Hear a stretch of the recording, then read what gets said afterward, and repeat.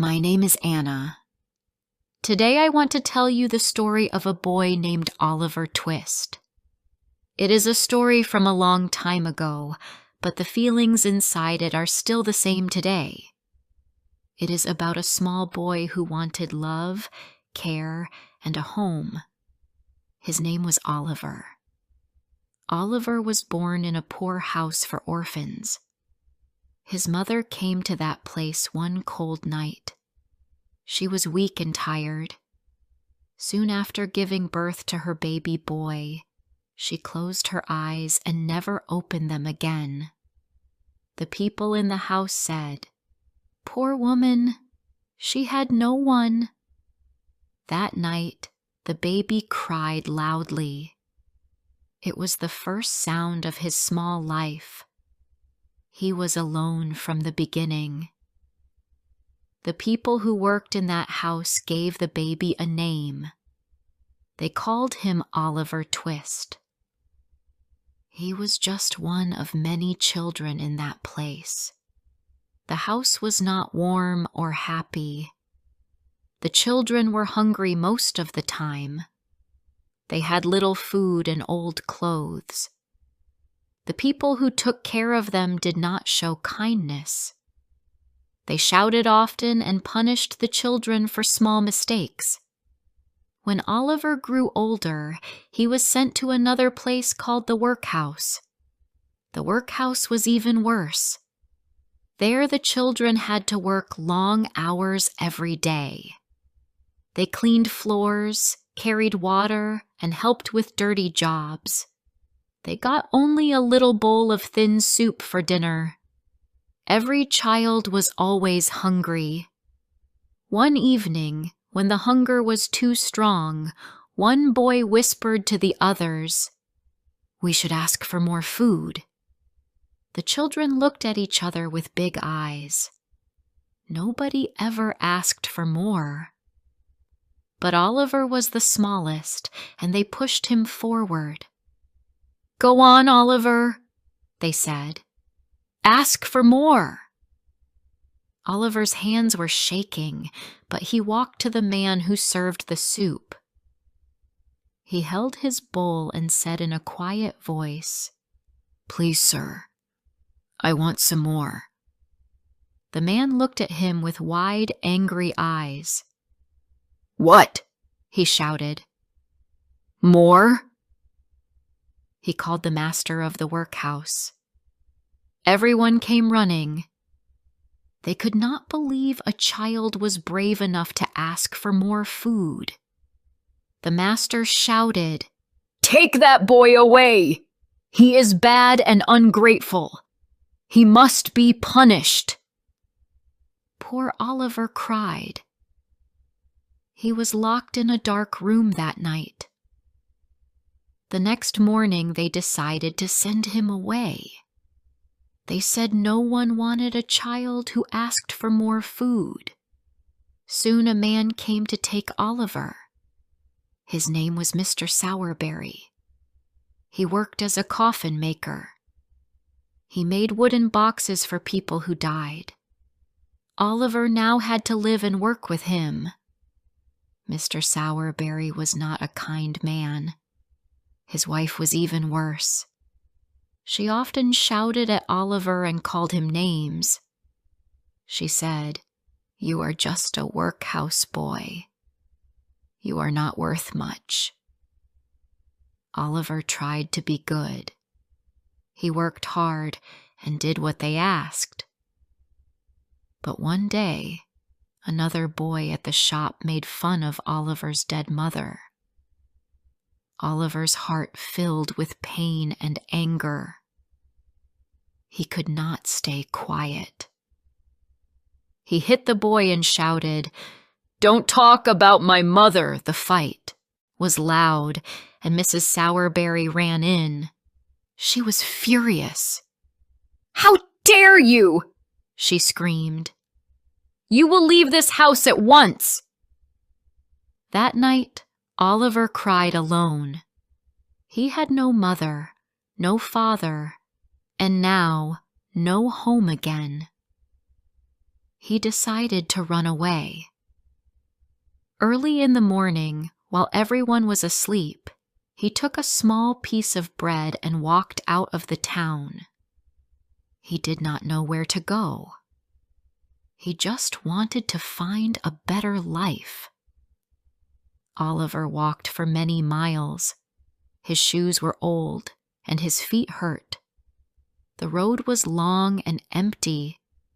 Sometimes he slept under trees. Sometimes kind strangers gave him water or bread. But most of the time, he was hungry and tired. Still, he did not stop. He wanted to reach the big city he had heard about, London. He believed that maybe someone kind would help him there.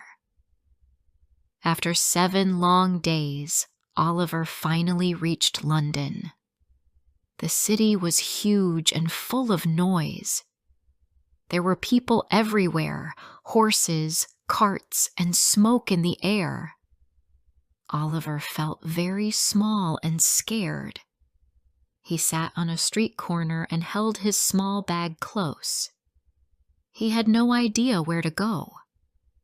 While he was sitting there, a boy walked up to him. The boy looked older, maybe 12 or 13. He had a dirty face but a friendly smile. "Hello there," he said. "Are you new in town?" Oliver looked up and said softly, "Yes. I just came from the country."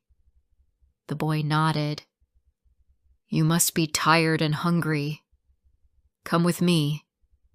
I can help you." Oliver followed the boy through the busy streets. The boy talked fast. "My name's Jack Dawkins," he said, "but everyone calls me the Artful Dodger." Oliver smiled a little. He thought the name sounded funny. Soon they came to a dark old house. The Dodger knocked on the door, and a man opened it. He had small, sharp eyes and a long nose. His smile looked strange. "Ah," said the man. "Another new one, Dodger." The man's name was Fagin. Inside the room, there were several other boys, all around Oliver's age. They sat near the fire, laughing and cleaning handkerchiefs and watches. Fagin said, "Welcome, my dear. You'll be happy here. We take care of each other." He gave Oliver some food. It was the first warm meal Oliver had in many days. He was thankful and thought he had finally found kind people. The next morning, Oliver watched the other boys. They were playing a strange game. They took small things from each other's pockets and laughed. Oliver did not understand. He thought it was just for fun. Later that day, Dodger said, "Come with us, Oliver. We'll show you the city." Oliver was happy to go. They walked down the streets until they reached a busy market. People were shopping and talking loudly. Dodger and another boy walked close to a man reading a book. Oliver saw Dodger's hands move quickly into the man's pocket. Then he pulled out a wallet. Oliver gasped. He realized the truth. They were stealing! Oliver was shocked and frightened. He did not know what to do.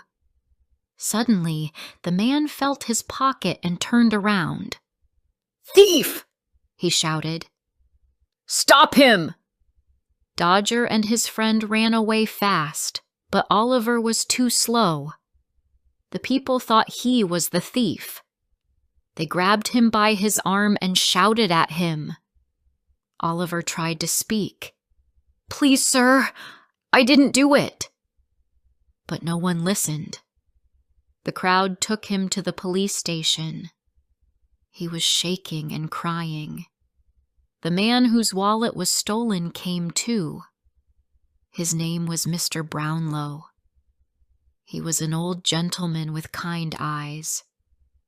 He looked at Oliver carefully and said, "He looks very young. I am not sure he did it." But the policeman said, "We caught him running. He must be guilty." Poor Oliver stood there with tears on his face. He had no one to speak for him. He looked so pale and weak that Mr. Brownlow felt sorry for him. "He looks sick," the old man said softly. "Let's take him home and help him." The police officer agreed. Mr. Brownlow took Oliver to his house. It was warm and clean.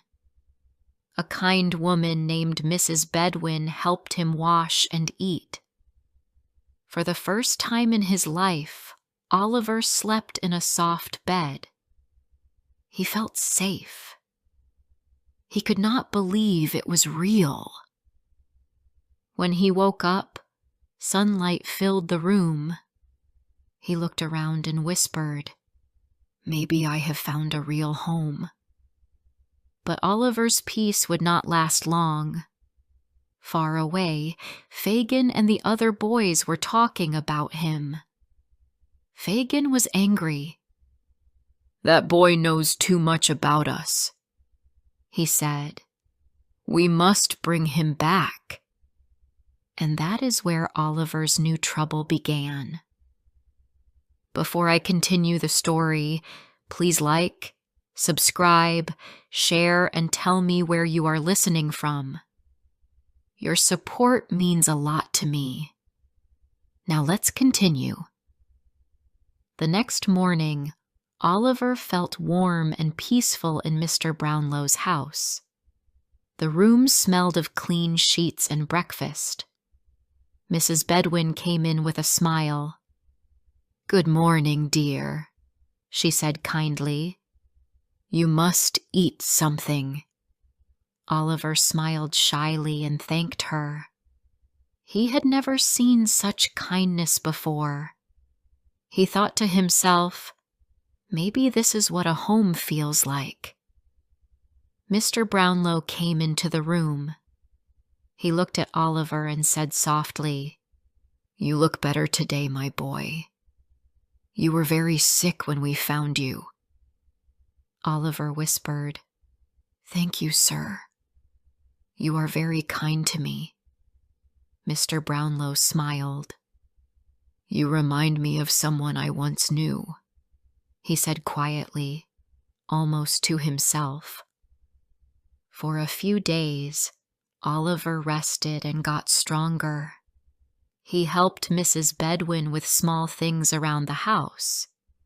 He listened when she told stories about Mr. Brownlow's past. Sometimes, Mr. Brownlow looked at a picture of a beautiful young woman on the wall and sighed.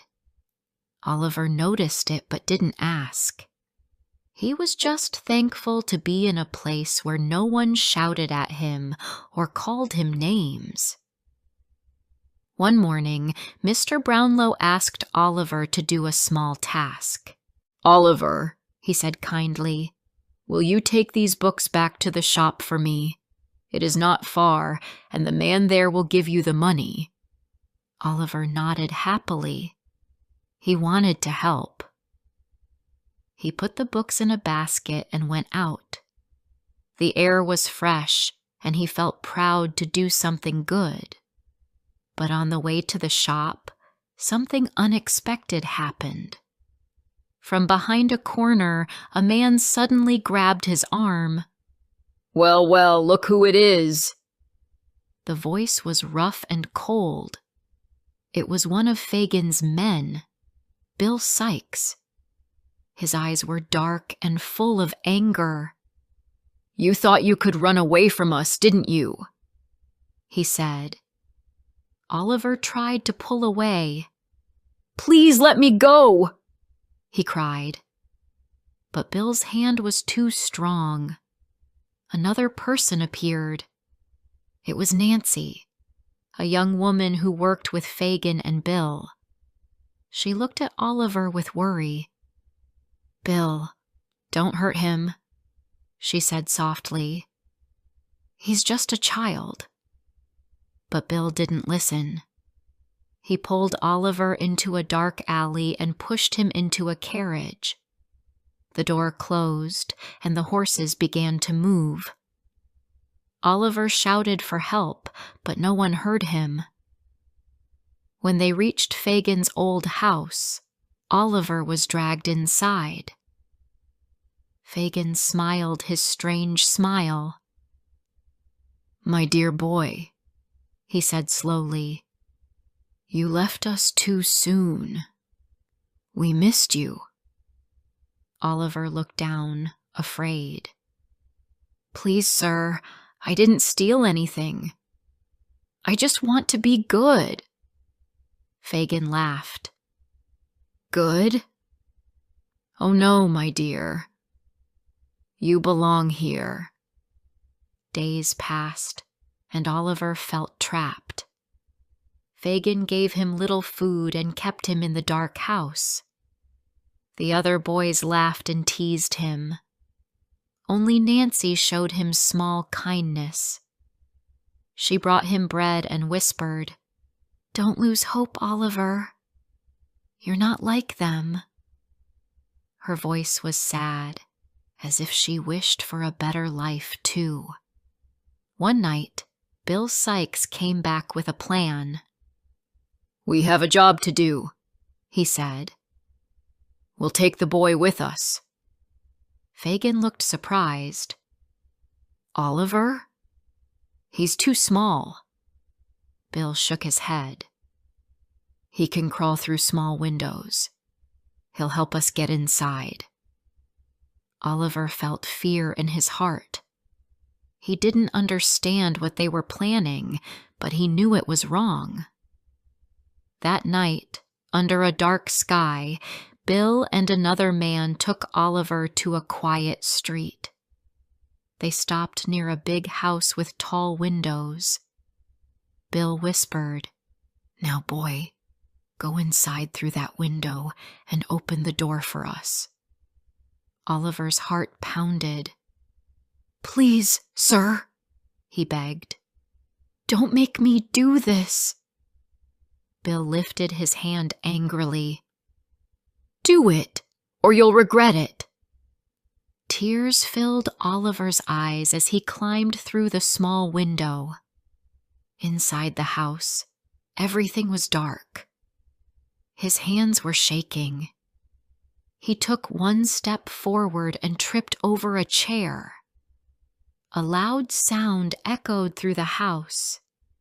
Suddenly, a light came on upstairs. A man's voice shouted, "Who's there?" Bill cursed loudly. "Run!" he shouted.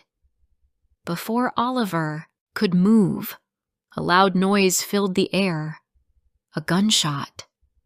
Oliver felt a sharp pain in his arm. He fell to the floor. Everything turned black. When Oliver opened his eyes, he was lying in a soft bed again. A kind face was looking down at him.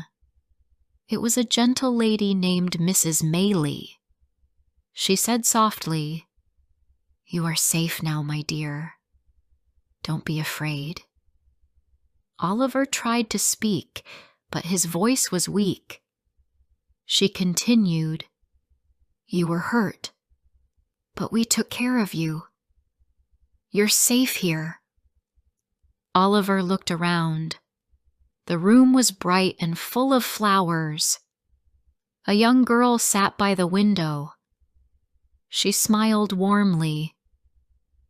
"Hello," she said. "I'm Rose. You must rest now." Oliver felt tears in his eyes. "Thank you," he whispered. "You are so kind." For many days, Mrs. Maylie and Rose took care of him. They gave him food, medicine, and gentle words. They never asked who he was or where he came from. They just helped him heal. Oliver could not believe that such people existed. Every night, he prayed quietly. "Thank you, God, for these kind hearts." When Oliver was stronger, he told them his story.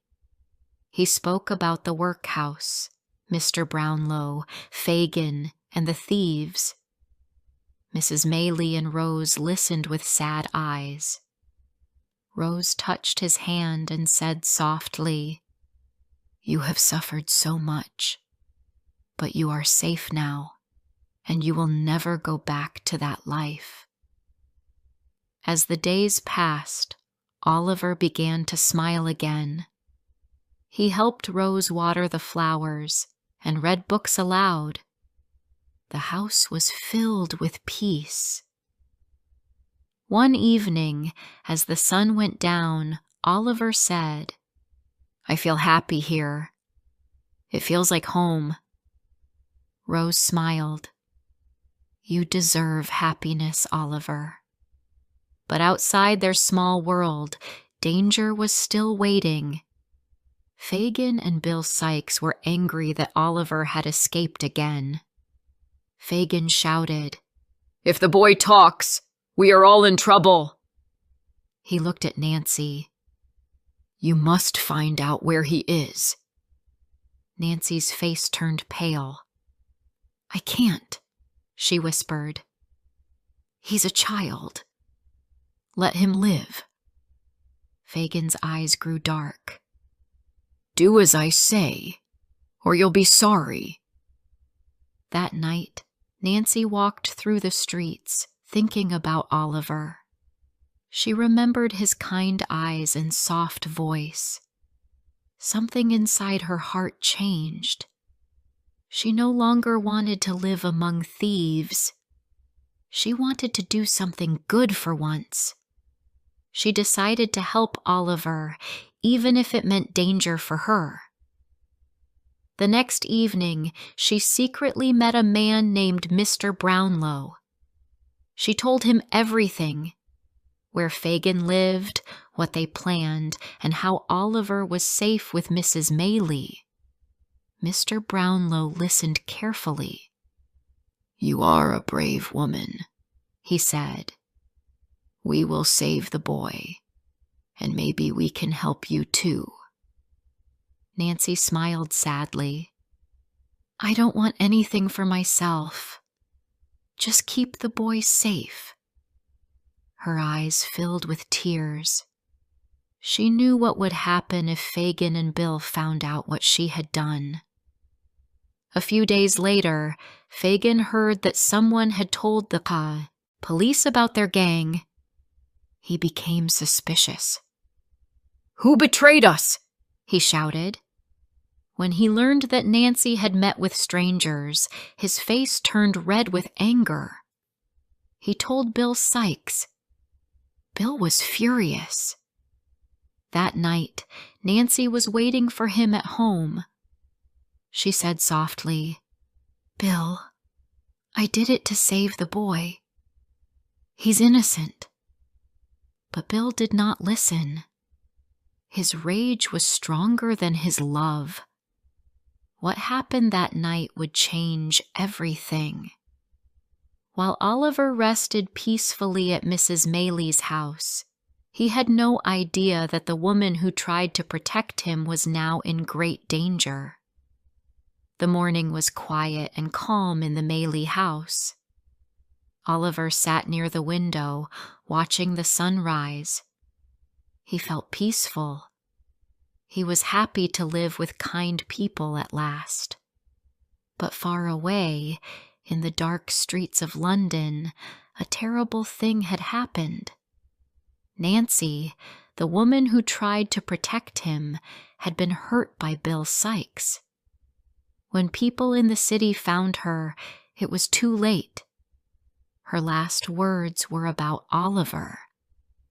"Please," she whispered, "save the boy." Her story reached Mr. Brownlow, and he felt great sadness. He remembered her courage. Mr. Brownlow worked with the police to catch Fagin and Bill. They searched the city. It took many days. Bill tried to hide, but the police were close behind him. When he heard them coming, he climbed onto a roof to escape. He ran, but then slipped and fell. His life ended the same way he lived, full of anger and fear. Fagin was caught soon after. When they took him to prison, he looked old and weak. The police said he would be punished for all his crimes. For many years, he had used children for stealing, but now his time was over. When the police told Oliver and Mr. Brownlow that the thieves were gone, Oliver was quiet. He did not feel happy or angry. He just felt tired. So many people had hurt him, but also many had shown kindness. He thought about Nancy, Rose, Mrs. Maylie, and Mr. Brownlow. There are still good people in the world, he said softly to himself. A few days later, Mr. Brownlow visited Mrs. Maylie's house. When he saw Oliver, his eyes filled with tears. He said, "My dear boy, I have found something very important. It is about who you really are." Oliver looked at him with surprise. "About me, sir?" Mr. Brownlow nodded. "Yes. You are not just an orphan from the workhouse. You have a family name. Your mother was a good and gentle woman. Her name was Agnes Fleming." Oliver listened carefully. His heart beat fast. "Agnes Fleming," he repeated softly. Mr. Brownlow continued, "Before you were born, your mother was in great trouble. She came to the workhouse alone and poor, but she came from a respectable family. I found her sister. Her name is Rose Maylie." Oliver turned his head to look at Rose, who sat beside him. She smiled, tears shining in her eyes. "Yes, Oliver," she said softly. "I am your mother's sister. That means you are my nephew." For a moment, Oliver could not speak. His eyes filled with tears. "I have a family," he whispered. "After all this time, I have someone who loves me." Rose hugged him tightly. "You always had love waiting for you," she said. "You just had to find it." Mr. Brownlow smiled. "Your mother was brave and kind, Oliver. She wanted to protect you. She had a gold locket with your name on it, but it was lost. Now everything is found. Your truth, your name, and your family." Oliver could not stop crying. They were not tears of sadness anymore. They were tears of peace. After so much pain, he finally knew who he was. Life began to change after that. Oliver stayed with Rose and Mrs. Maylie. Mr. Brownlow became like a grandfather to him. He taught Oliver how to read better, how to write letters, and how to tell stories. Oliver loved learning. Every morning, he helped in the garden and fed the birds. Every evening, he sat by the fire and listened to stories from Mr. Brownlow. Sometimes, He thought about the old days, the workhouse, the cold nights, and the hunger. He remembered the children who still lived there and hoped that one day someone would help them too. "No child should feel hungry and alone," he said once to Mr. Brownlow. The old man nodded. "That is true, Oliver. You know what loneliness feels like, so you will always show kindness." Rose often told him, "Your heart is pure, Oliver. Your mother would be proud of you." Those words gave Oliver strength. He promised himself that he would never forget the people who had helped him. Years passed. Oliver grew taller and stronger. He loved reading books and helping others. He often visited the poor children in the town, bringing them food and clothes. He told them stories and made them smile. Everyone who met him said, "He is a good boy with a good heart." One day, when Oliver and Mr. Brownlow were sitting in the garden, the old man said, "Do you remember the first day I met you?" Oliver smiled. "Yes, sir. You took me from the police station when no one believed me." Mr. Brownlow laughed softly. "You looked so small and scared, but I saw something in your eyes, something honest." Oliver looked down and said quietly, "You gave me a chance when nobody else did. I will never forget that." Mr. Brownlow patted his shoulder. "You deserved it, my boy. Everyone deserves kindness once in their life." In the evening, Rose played music on the piano, and Mrs. Maylie sang softly. Oliver listened and felt thankful. The house was full of light, laughter, and love. It was the kind of life he had always dreamed of. Sometimes at night, he looked at the stars and thought of his mother. "I hope you can see me, Mama," he whispered. "I am happy now. I have a family and people who love me." He felt a warm peace in his heart, as if his mother's spirit was smiling down from the sky. The story of Oliver Twist is a story of pain and hope, of sadness and love. It shows that even in the darkest places, there can be kindness. It teaches us that one good heart can change a life. Oliver never forgot the people who helped him. He lived with Mr. Brownlow and Rose for many years. He grew up to be gentle and wise. He never became rich, but he became happy. And that was enough. In the end, Oliver Twist was not just the boy from the workhouse. He was the boy who wanted love, and he found it. He found it in the hearts of kind people who cared when no one else did. And that, my dear listener, is the story of Oliver Twist. The boy who began life with nothing but ended with everything that truly matters: love, home, and hope.